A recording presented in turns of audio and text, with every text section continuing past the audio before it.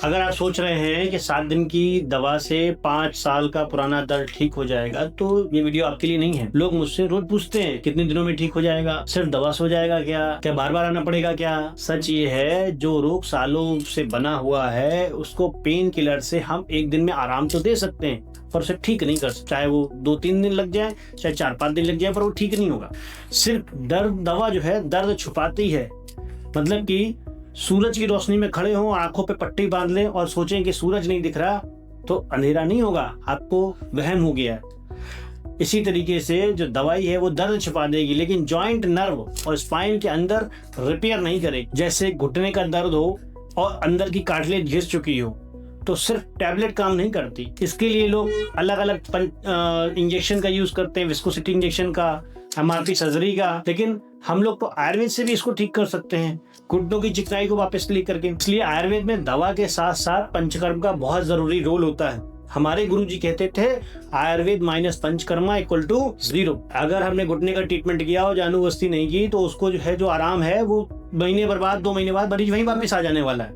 और अगर उसने अपनी दिनचर्या नहीं बदली तो भी मरीज वहीं वापस आ जाने वाला है। इसलिए दिनचर्या मेंटेन करिए, जानूबस्ती कराइए, दवाइयाँ खाइए, तो इससे घुटने के अंदर पेनिट्रेशन होता है ऑयल का और जो जॉइंट होता है उसको धीरे धीरे हील होने का मौका मिलता है। आयुर्वेद कोई झाड़ फूक नहीं है, ये स्लो भी नहीं है, बस डीपली काम करता है। रस, रक्त, मांस में अस्थि, मज्जा, शुक्र तक जाता है। तो चीजों को रिनोवेशन करने में थोड़ा सा समय लगता है पर बहुत ज्यादा नहीं। जहां आप 3 साल 5 साल से दवाई करा रहे हैं पर वहां 3 महीने 4 महीने हमें देख करके देखिए, और पंचकर्मा 20 दिन, 10 दिन, 15 दिन या 30 दिन का अधिक से अधिक देके देखिए। हम आपको आश्वस्त करते हैं कि आपके घुटनों में जो चिकनाई की कमी हुई है वो पहले की जैसी बरकरार होगी और आपको दर्द में भी आराम मिलेगा। और वजन है तो उसको भी जरूर घटाइए। हाँ, अगर आप सिर्फ टेम्परेरी रिलीफ चाहते हैं तो शायद ट्रीटमेंट आपके लिए नहीं है। हाँ, अगर हम सिर्फ टेम्परेरी रिलीफ चाहते हैं तो ये ट्रीटमेंट आपके लिए नहीं है। और अगर आप ऑपरेशन से पहले अपने को नेचुरल रिकवर करने का एक चांस देना चाहते हैं तभी आइए। आयुर्वेद में पेशेंस लगता है लेकिन सही तरीके से किया गया कोई भी केस में ऑपरेशन मतलब कि अवॉइड हो ही जाता है।